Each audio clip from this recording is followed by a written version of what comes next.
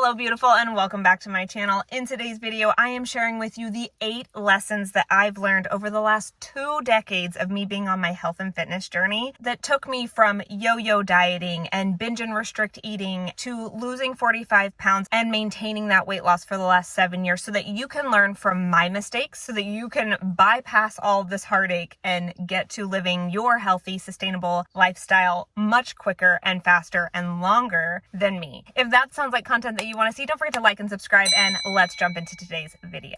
Hello beautiful, thank you so much for being here. If this is your first video with me, welcome. My name is Charlene Town and I share healthy habits, mindset shifts, and healthy recipes to help you live a healthy, sustainable lifestyle that you actually love living. And if you're not new here, thank you so much for coming back. I love you so much. Like I said, today's video, I am sharing with you the 8 lessons that I've learned over the last 2 decades of me being on my health and fitness journey. Honestly, you guys, I have learned so many things in the last 2 decades. I could be here all day, but these 8 lessons that I've learned are the key, crucial, like really big hitters, the things that really made a big impact and changed my life, changed my body for the good, and helped me become this version of myself that eats healthy every day and moves my body because I love it and has made me the person that I am. And I want to share these lessons with you guys because I am turning 39 on Saturday, and it's just got me thinking about how far I've come. The woman that I am now is completely different than the woman that I was, and I'm so proud of who I am. I am in better shape than I've ever been. I'm taking care of myself better than I ever have. I know how to listen to my body. I love my body. I take care of it from a place of self-love instead of self-hate. No more yo-yo dieting, no more starving myself, no more hating and shaming. Like, it's a beautiful place to be, and I want to share this with you so that you can live this beautiful lifestyle as well. With that being said, let's jump into this juicy first lesson that I've learned on my health and fitness journey over the last 2 decades. And honestly, you guys, this one is a big, heavy hitter. You cannot find healthy, sustainable, long-lasting weight loss without shifting your self-concept first. Now, let me explain. When I was 19, 20, and honestly up into my early 30s, I thought that if I just ate less and moved more, I would finally get to the body of my dreams. But then after I had my daughter, I lost the most weight that I possibly could, and I was not satisfied. I was the fittest, leanest version of myself, and I could not see that version of me in the mirror. I still actively hated myself. And it wasn't until I shifted my self-concept, instead of having the mindset of, ugh, I have to work out or I'm going to get fat, or ugh, I have to eat a salad, ugh, I have to do this. When I shifted that over to, I get to move my body every day. I get to eat healthy every day. I want to feel good every day, right? That I started making choices from a place of self-love, that I started eating healthy food choices because I loved my body and I wanted to nourish my body and reduce inflammation. I started moving my body not for a goal of weight loss, but because I want to have good muscle mass so that I can have good bone density. I want to move my body because it's such a freaking gift to be able to move my body, right? So if you want to take this and apply this to your life, what I did was I wrote down a very in-depth vision of the woman that I want to be.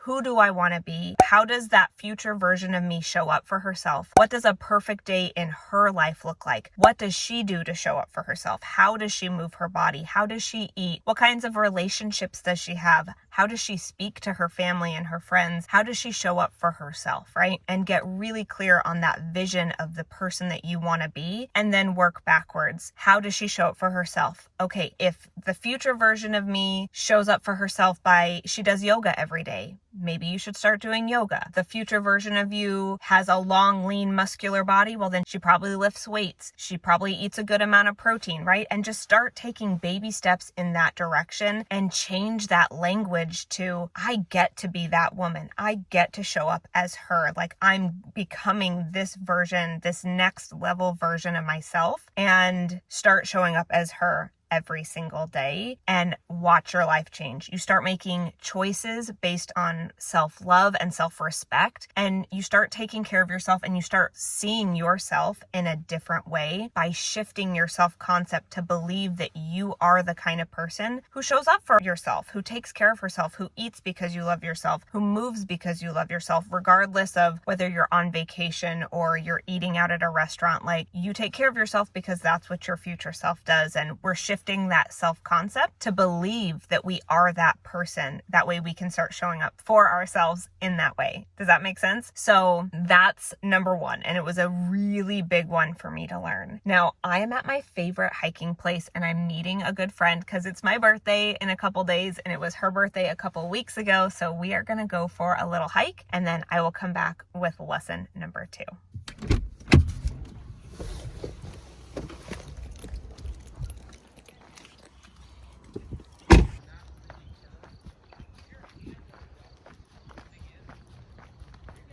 Okay, I found this like really beautiful little place in the sunshine and I'm gonna just sit here. Let's chat though really quick about the lesson number 2 that I've learned on this like 2 decades, you guys. And it's a big one. And if you hear nothing else but this one's for you. And this is for my younger self. The lesson that I learned was that you have to take accountability for the food that you're putting in your mouth. You have to take accountability for the fact that if you are not losing the weight that you want or that your body is the way it is, it's because of the food that you're putting into your body. Like, I never took accountability for the alcohol I put in my body or the cookies that I ate at the end of the night. I would eat burritos and like all this stuff, and I never thought about the food that I put in my mouth. I never thought of them as calories unless I was tracking, and I never fully tracked a day. I always was doing that, like my Fitness Pal 1250 calories, and then when I would get to the end of my 1250 calories, I would just stop eating. So then I was starving, and then I would like do that for a little bit, and then I would just like obviously fall off because that's not nearly enough calories, and then I would overeat, and then all the things. The biggest lesson here is that if you are on a health and fitness journey and you have any kind of a body goal, you have to just be accountable for the food that you're putting in your mouth. Like the chips, the late night snacking, the ice cream, all these little things add up. And if you're not willing to take accountability for the food that you're putting in your mouth, you're not going to get the results that you want, right? So take accountability for the foods that you're putting in your body and just be aware of it. There's no guilt, there's no shame behind it. Just be aware of it so that if it's a problem, you can fix that problem, right? Because you can't fix a problem that you don't know that you have. Becoming aware of the problem helps you find the solution, right? Okay, I'm gonna keep walking, although the sun feels so good. All right, you guys, this actually brings me to lesson number 3. And lesson number 3 is that calories are not made equal, right? Like healthy whole foods are so much better for you than eating packaged foods, right? So when I was younger, I never thought about the food that I ate. If I was hungry, I ate a burrito. If you know what I mean? Like if I was hungry, I ate the closest, most convenient food. Typically it was fast food or something that came in a package. I didn't eat a ton of vegetables. I didn't think about it, right? It wasn't until I learned about how food affects the body and how food can cause inflammation in your body. It wasn't until I learned all of those things that it really kind of hit home that calories aren't equal, right? So if you're struggling, know that you can eat a lot more food when you eat lean meats, greens, vegetables. Like you can really bulk up your meals and have bigger meals that are more satisfying versus eating like what I used to do is I would just grab like a really quick protein bar because the macros looked good. It's not about the macros. All of the other junk that's in a protein bar like that, it's got chemicals in it. Your body doesn't even really identify it as food, and it's got a bunch of fake sweeteners in it. It makes you feel more hungry later. Like it's not going to satisfy you. It's not going to satiate your body the way whole foods would. So just the idea here is that calories are not created equal and that you can eat more food and still lose weight. It's just about the type of food and the type of calories that you're eating.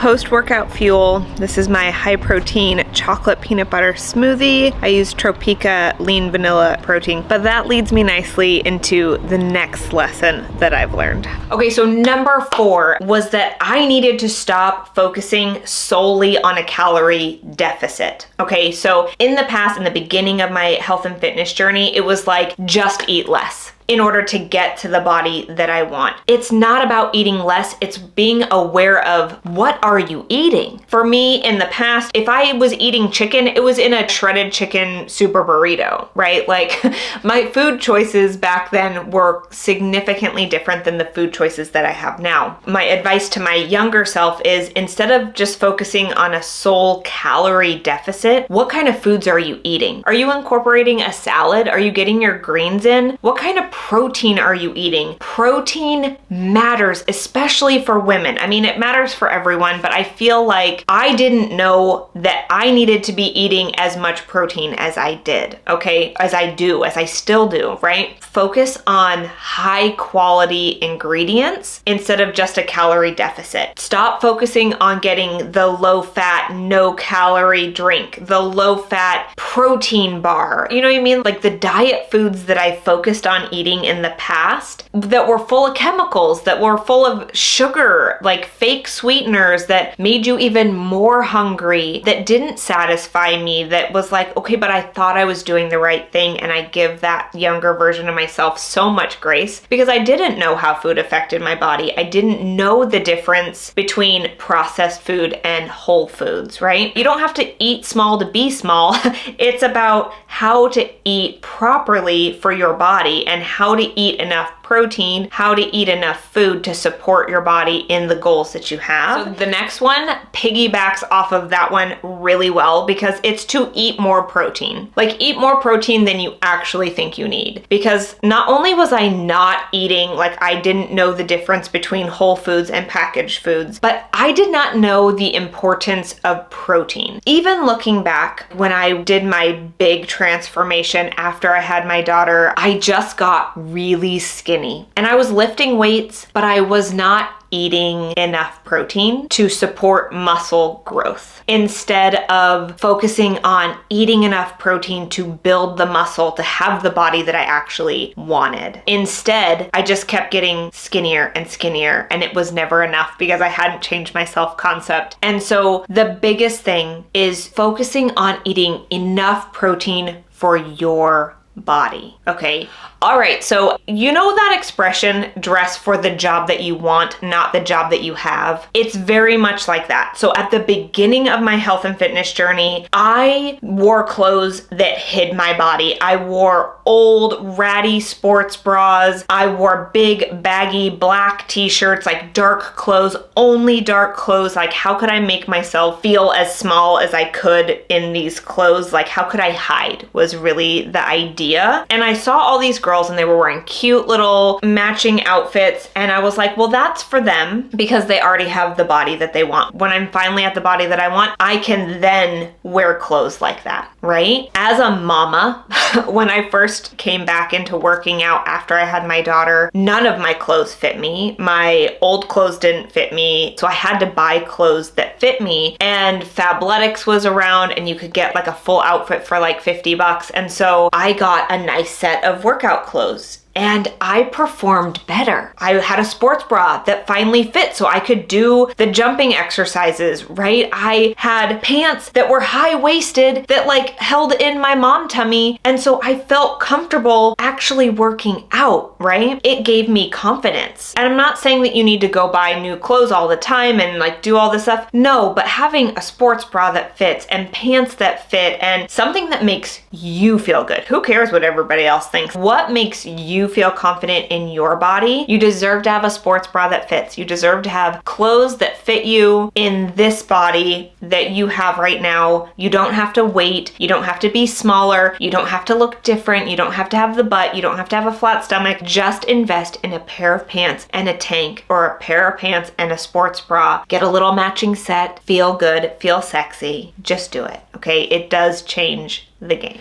So another mistake that I made on my health and fitness journey was that I thought women only did cardio. Women were on the cardio machine, they were on the Stairmaster, they were on the treadmill, but I never really saw women lifting weights. Okay, so at the beginning of my fitness journey, I did a lot of cardio. And then when I started working out from home, I didn't have all the workout equipment and I couldn't physically go running. I had a pair of 15-pound weights and I started working out just doing weights. And then my body really started to change doing weights and doing weightlifting. So then I only really focused on weightlifting. And there's narratives all over the place, whether you want to just do Pilates or do weights. Like there is somebody out there that is saying, cardio's the devil, only lift weights. Don't lift weights, only do Pilates. Like somebody's gonna have an opinion about what they think we should be doing with our bodies and how we should be moving our bodies, but it's really up to you, okay? What feels right for your body? I love a good HIIT workout, and I also feel like when I'm doing that, my body leans out, right? But there's a balance for me. So for me, something that's been really working lately is lifting weights 3 days a week, yoga the other days of the week, okay? And walking. So find what fitness works for you. One isn't the end all be all on any side. Doing some kind of strength training, whether that's with body weights, booty bands,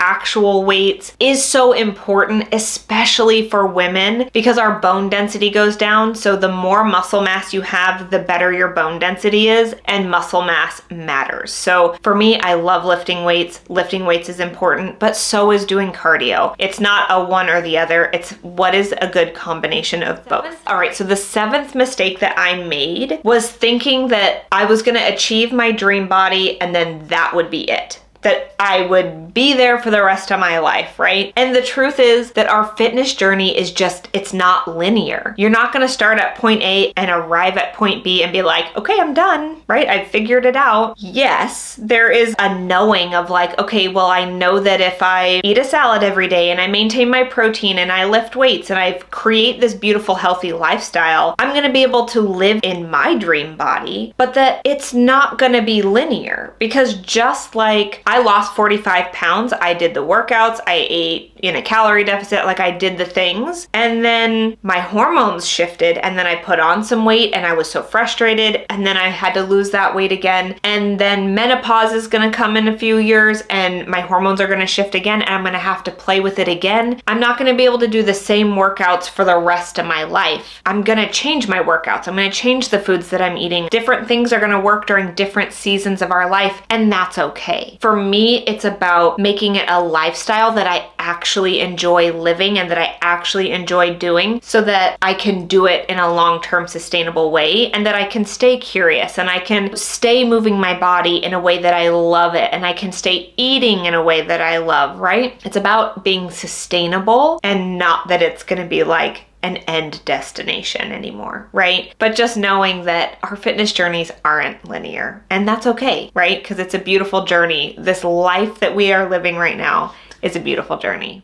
And the last mistake that I made on this fitness journey, and this is a big one too, guys, it's that you're not always gonna get it right, and that's okay. I wish I could go back and tell myself to focus on progress, not perfection. To focus on getting it 90% right, not 100% right. Because in the past, I would be like, okay, well, I ate one meal over my calories. Well, that's it. I screwed it up. Now I'm the worst, and now I failed. And then thinking that way, I would eat all the foods that I didn't want to eat, and I would stop working out, and then I would just stay off the diet. I would stop doing the healthy habits. I would stop doing all this stuff because what a slob I was for, eating over my calorie allotment or missing a workout or whatever it was. And then, it was like this whole negative shame spiral until I'd be like so sick of myself from doing all the things that I don't want to do that I'd get back on the bandwagon, and I would do everything very meticulously, and then I would make one mistake, or I would skip one workout, and then I would go backwards again, right? If I would have just said, okay, I ate over my calorie allotment for today, I'll do better tomorrow, and kept moving forward, that one little blip wouldn't have mattered, right? That one day of eating over my calories wouldn't have mattered in an 8-week deficit, right? Just pick back up and move on with your day. right? If I hadn't have stopped and then like negative shame spiraled my way back and then started again and then gone back and then started again, I would have gotten to where I wanted to be a heck of a lot faster. I'll tell you that, okay? And you can too, because it's not about perfection. It's about making progress and just keep moving forward. All right, you guys, so that is it for the 8 mistakes that I made on my health and fitness journey over the last 2 decades. I want to know, what are some mistakes that you have made, or can you relate to any of mine? Let me know in the comments down below. I love chatting with you guys down there. Happy birthday to all my May babies. Happy Mother's Day to all my mamas. You guys, I love you guys so much. You guys are killing it. You're doing such a great job. I love you guys so much. Thank you so much for being here. And if you enjoyed this video, you guys, it would mean the world to me if you would give this video a like and subscribe, because it really supports my channel. And I love you guys so much. I will see you guys in next week's video. Bye.